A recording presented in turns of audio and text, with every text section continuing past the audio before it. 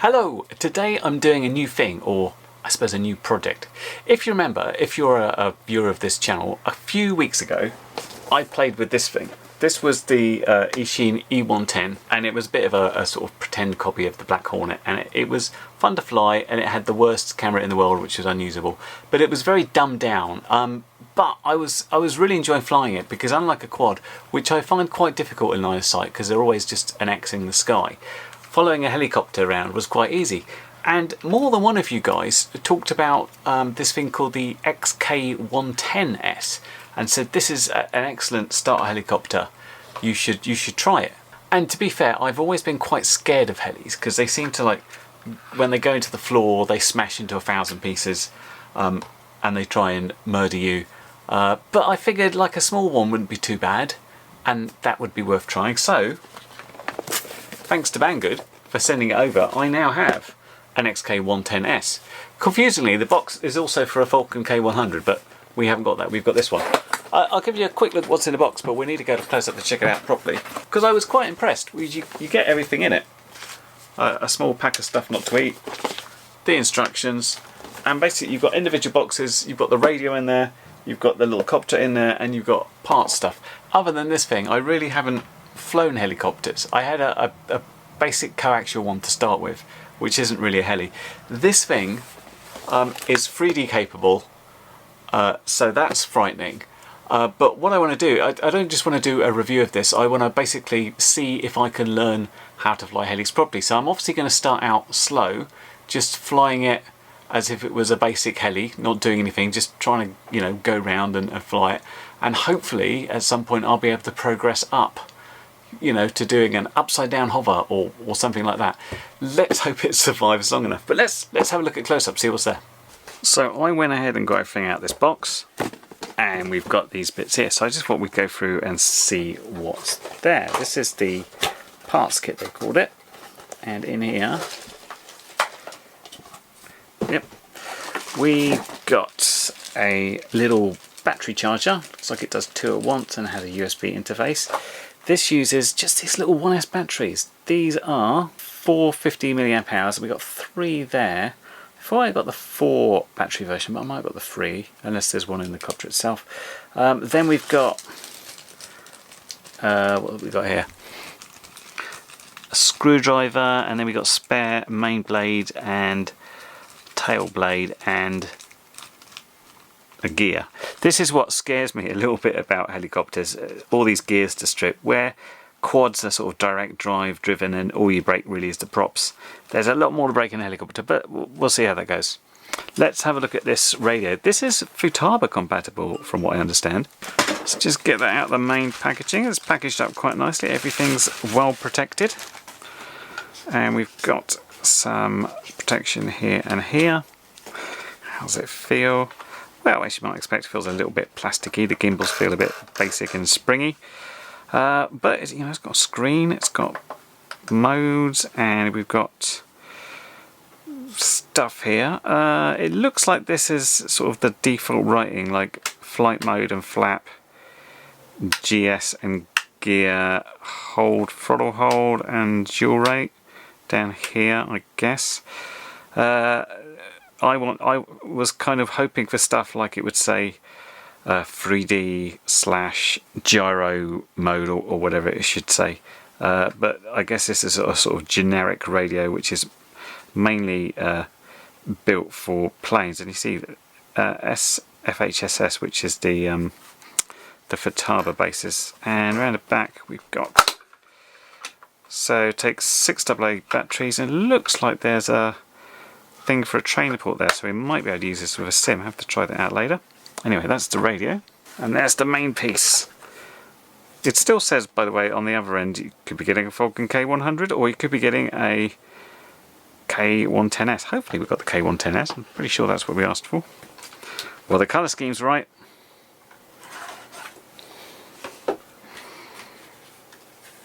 Ooh, look at this. Let me just get it off the mounting.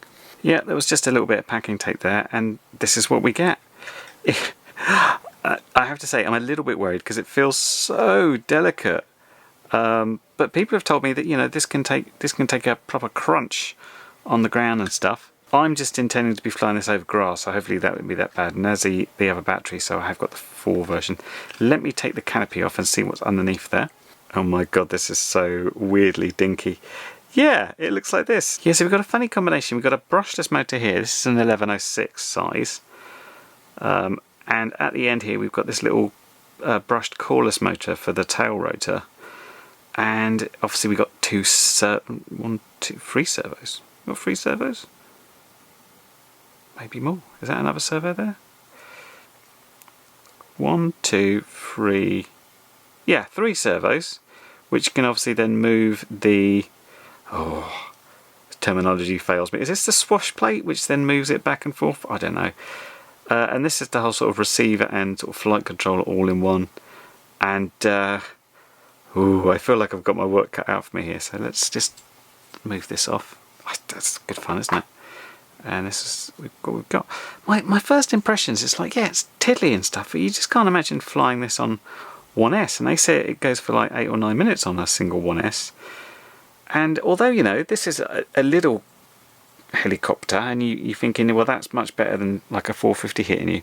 The size of these blades and the revolutions it's going to get to means, you know, you want to keep well away from it when it's going, because it'd be quite a violent hit.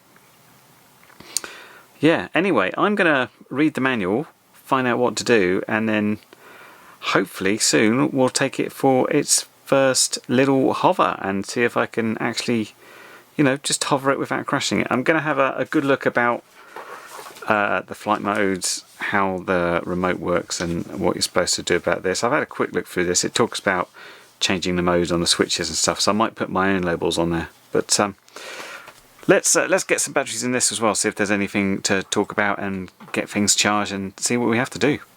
So I went ahead and I read both manuals, but I was still a little bit confused. Mostly it's the kind of terminology used, and you know, people expect you to know what it means, and to be fair, you know, you wouldn't expect an instruction manual for a helicopter to say this is how you fly a helicopter. I thought I knew the basics. It was just some things confusing me. Like the fact, like what's idle up actually do? What is this throttle hold thing? And I didn't have a clue. And rather than try and guess and work it out, I thought I'd turn to help from someone who knows what they're doing. So fortunately I know a couple of people, and I turned to my friend NJ Tech, who is a fantastic quad pilot, but he also started out in helis and he can fly 3D and stuff. So I asked him just to go through the basics with me and help me to understand what I'm doing, and that was really useful, because I got a lot of stuff about what the buttons do and how I should be running it, and I thought I'd share that with you. Just if people are interested and they've come from quads, some of the stuff will feel a little bit alien. If I turn this on, and first of all, this is an interesting little radio. It's you can have 10 model memory on it, and it's a bit weird, like to change things. You like hold down this and then you'll change it. You can reverse the channels, that one. You can change the dual rates, that one. Can change the expo, and then the throttle curve, and then the pitch curve, and that's for the gyro. And there's other things to set up models and change things. I haven't messed with it, I just wanted to know how things worked. And the first thing is the idle up mode. If you go to idle up, the throttle's at 100%. I was like, why does that work? And fortunately NJ was really able to help me understand things. He's like, don't think of this so much as the throttle, think of it as, yeah, it's sometimes the throttle, but it's mostly about how the angle of the pitch of the blades will work. So when it's at 50%, the blades are flat. Whether you're in sort of beginner mode or 3D mode or whatever, that is always the same. I thought it might just, you know, work as fixed pitch when you're in beginner mode, but I call it beginner mode. It's gyro mode, which is this one here. So basically, when you start off, all the switches up, put it in the easiest mode. The most easy one to understand is dual rate. That's dual rate on, dual rate off. So it goes 100%. Is that little thing lights up there. And I was confused by this throttle hold, and he said it's not really a throttle hold, it's a throttle cut. It's kind of a safety thing. So if you hit throttle cut, the throttle won't do anything, it'll cut, but you can still use this to angle the blade, so you've still got flight in it. So on a larger helicopter you can like do an auto rotation landing. On this sort of one, don't try that, but that's your sort of safety switch, because obviously if you were in idle up and you put the throttle right down, it would just go downwards, or whatever direction that is, depending how it's orientated, and it wouldn't stop going. So yeah, that was really helpful. So what we essentially have here is this is the idle up switch, so don't touch that. This is the gyro mode, which should auto level, and then that is 3D, and that is equivalent to sort of acro, so you have to correct things for yourself. Dual rates here, and that's dual rates on, dual rates off, and this is the throttle cut rather than throttle hold. And I can demonstrate how the blades work really easily just by plugging it in. So this is actually powered on, but because I've put the throttle cut on, if I go ahead and move the throttle, nothing happens. But you can see it quite nicely that how the swash plate, I think that's the swash plate, moves when I do that. And then the interesting thing for me at least is how you can see the blades move with the throttle. So throttle down, they're facing slightly down. We come up to 50%, it's kind of flat. As we go upwards, you can see how that completely moves. And we've got more sort of up than down, I think, on this one. So you can kind of see how, you know, nothing's going to happen until you're way over 50%, because up to that point you are basically going downwards. It's only when you're past 50% you're going upwards. And this is why heli pilots talk about throttle curves. It's not a linear curve, because I guess you don't have enough thrust. So it's if this is the graph, your normal linear would be like that. With helis, it's sort of up and over this side, so it goes up much quicker. So when you're at like halfway, you're actually like at 60 or 70% throttle, and going upwards from there is obviously you'll go much further up. But anyway, thanks to NJ, and I'll put a link to his channel down below. And now I feel happy that at least I know how the basics of it works, and you know, things are starting to click in my head about what happens and how I should fly it. So I thought I'd do basically a test hover in the garden before I do anything else. So let's try and see what happens. Very quick note about the chargers. You plug the batteries in, the light goes on. When the batteries are finished charging, the light goes off. Simple as that. Okay, so we're going to attempt a garden hover just to see what it's like in its easiest mode.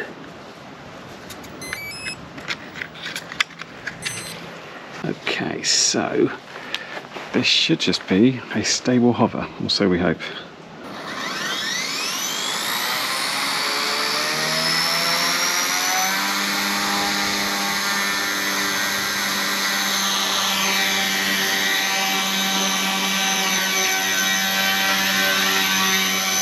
Okay. Oof. A little bit terrifying in this wind, because of course until you get to 50% throttle the blades are facing the wrong direction.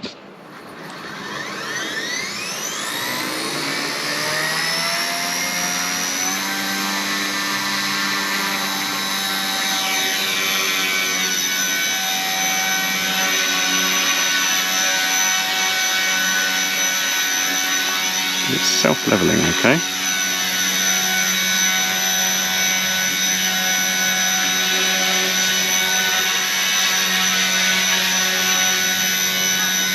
Yours pretty quick.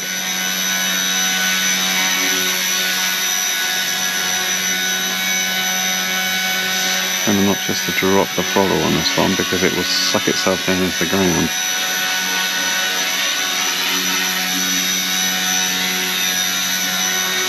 I actually ended up doing a couple of batteries in the garden, and it was okay, apart from the fact I felt very worried that I didn't have much space. And when the wind got it, you know, it would jiggle about a bit, and I didn't like the stones everywhere. But it gave me enough of a field to say, you know what, let's get it out to a bigger field. We'll see how it copes in the wind, because it's hard to tell in such a small space. I just want a little bit more height and a little bit more space, so let's get it to the field and see what happens. Well, here we are, and we're going to try and fly this little thing. I am in this kind of smaller field here today, Ideally I would have liked to have been in the big one, but it's full of cows. There's actually cows just over here that can wander in, but they're busy eating their hay. So I'm figuring this is nice and thin, and if I've got trouble I'll fly into the trees or something. Bit of a wind coming from this direction, which I have to watch out for, but we'll give it a go. I'm not sure how this handles the wind. Not very good on a hover, but if you fly about maybe it's a bit better. Let's try it anyway. Okay, we're in, as the wind gets up, we're in gyro mode, which is self-stabilised. Just want to see if I can do a couple of little circuits basically to start with. Although I might try just getting a hover going again. And mostly being very careful not to put it under 50% throttle. So the wind's kind of taking it that way a little bit.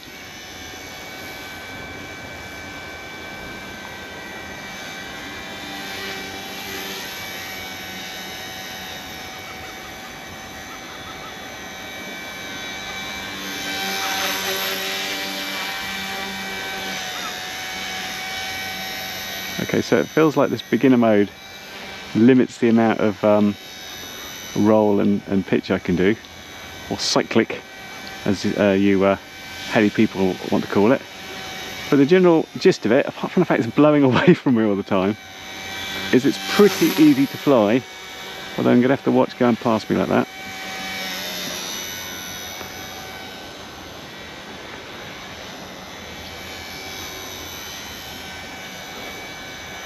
So we can bring it up close. Let's do a little bit of nose in if we can. I don't know how much this is visible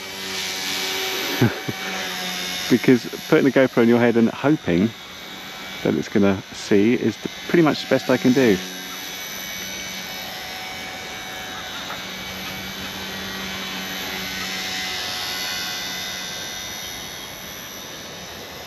So it seems to handle the wind without much problem.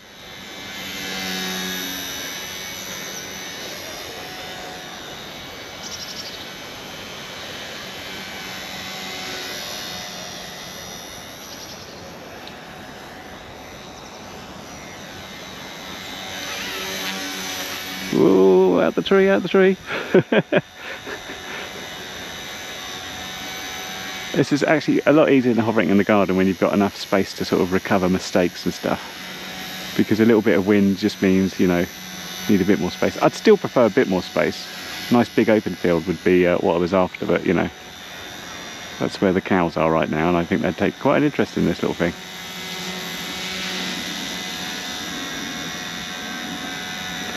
I guess it's better it goes away from me rather than to me, because it's not going to sort of disappear behind me.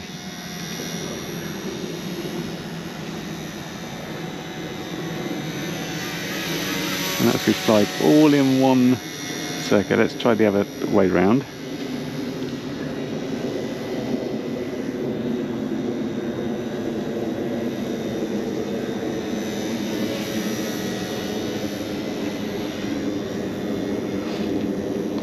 Yeah, I think the big thing with Helis is their orientation, at least front ways round, is just so much easier to see than a quad. I mean, it can be tough, I think, to see what angle they're at. This is obviously self-leveling, so it makes it a little bit easier. And my inputs are dulled down. I didn't change to dual rate because I figured it'd be different in a big field, and it is. Like full stick is only that much. It's not a huge amount, but it's enough to get through the wind. But you know, I think it's pretty good if a beginner like me can manage to fly a collective pitch helicopter without too much hassle, even if it is in easy mode. I wish those trees weren't there. I wish I had the big field, but the cows have got them. I'm not sure what this is going to feel like when the batteries are full.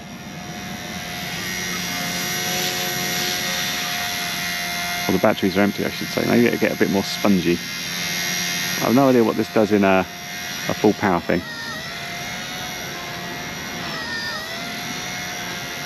Again, I think the throttle is slightly limited on this one, because it's slightly linked to how the pitch is.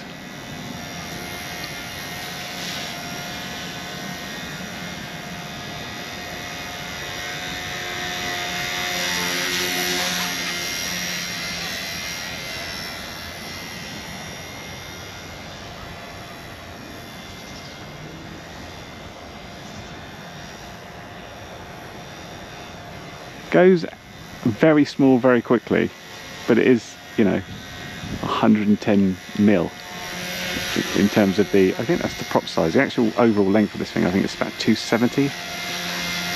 But yeah, it gets small quickly. You'll want to keep it in close.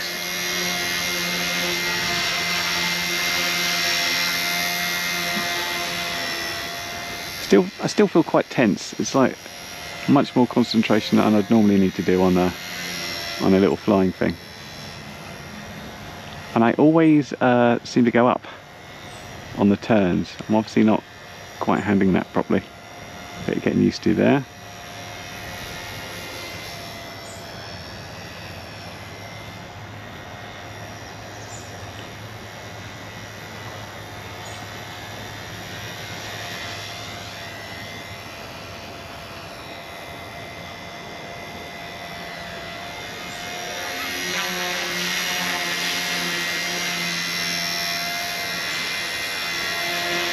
The wind's blowing it off to the right as well as slightly behind, sorry, in front of me. So it's blowing over the back of my head to the right.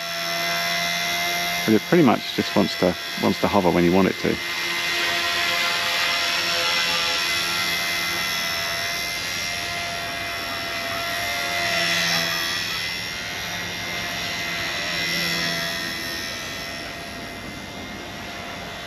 It's weirding me out that this is on 1S, because it seems to A, push a very big prop, but of course there's gears and stuff, and B, it's lasting like an age. It's so weird. Of course, one big prop versus 4 smaller props at higher RPM, direct driven. Maybe the gearing's just more efficient, who knows?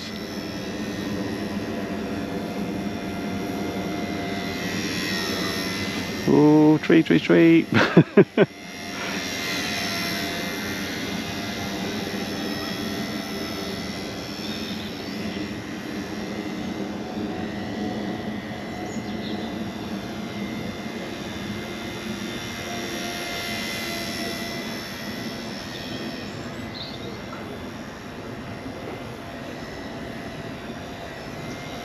I'm trying to work out if it's feeling spongier at all. I can't figure it.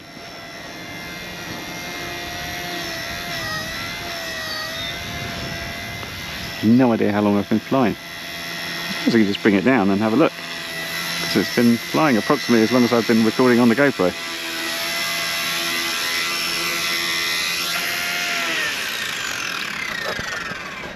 The GoPro says 8 minutes. I guess I might switch battery. I did fly all 4 batteries, but I obviously won't show you them all in real time. But I did capture a couple of crashes, not all of them, because the GoPro overheated in one of them. A little bit where the copter just got away from me and went down. Oh no! The main rotor's not firing up. I did have this peculiar problem after the crashes where the rotor just wouldn't fire up again, and I thought, oh no, I've broken something. But I rebooted the copter sometimes a bunch of times, and then all of a sudden it would start working. There was a stick command in the instruction manual about how to reset the gyro. I don't know if that was it, because I didn't have the manual with me, but I figured having a crash and having that sort of impact may affect it. But after I rebooted it a few times, it was fine and then flew on. And then once I crashed it again, I had to go through the same process of kind of rebooting it a few times before it would go good again. Well, the quick conclusion is I'm fairly happy with the way I'm flying. I can do it in circles in 2 different directions, did a few figure 8s, did some nose in hovering. It was a bit tricky in the wind, and I'm not very good at fighting that. It turned out this field isn't big enough for me, because I'm terrified about hitting the sides, and that makes me like panic and do stuff. I also managed to go past me. We didn't catch that one. We had a big old crash. I just basically flew into the bush behind me, because it's hard to tell how far it's coming at you if you're flying towards yourself, which is interesting. And it doesn't sort of stop very quickly, which I guess is down to me not stopping it. But there you go, it survived, it's still flying. I did 4 batteries, and I'm ready to give you my conclusions as far as it goes with the very basic sort of flying anyway. So I managed to fly the little helicopter despite having 3 crashes. Only one I got on camera. It was a very hot day and I was recording in 4K 60 on the GoPro, and basically it just stopped. It decided it overheated. So I got that first crash, and then the big one into the bush, which I thought was going to damage it. I didn't get, and the other one where I was coming the other way and just crashed into the ground, we didn't get. But nothing got damaged. It just had that weird thing about, I think, the gyro going funny. But I'll take the manual next time, so to see if the gyro reset fixes it.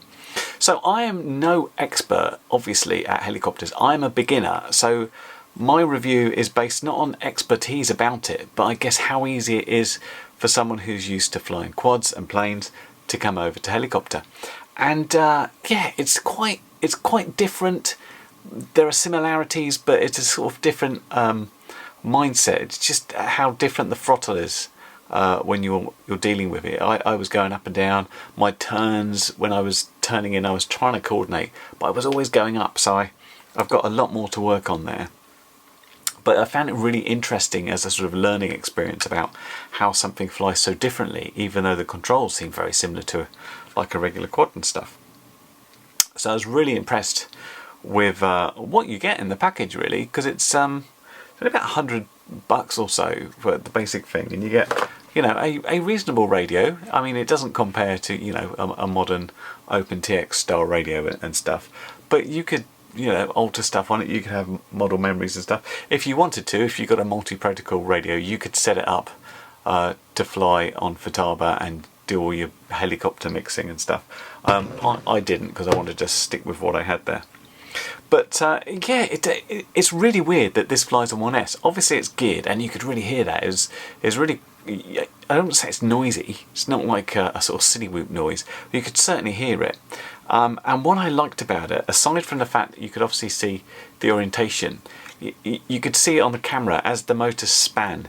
You get this kind of revolving disc you can kind of see. Now, the camera makes that look a little bit different, but even in person I could see where that was, which meant I could easily check which way it was orientating. Now, for the next video, because I you know, want to carry on flying this and see if I can learn how to, you know, upside down it and stuff, what I want to do is fly not in gyro mode, in 3D mode, but without idle up. So basically flying in acro mode, but essentially just doing the same stuff, just being able to fly around, being confident about being able to correct it.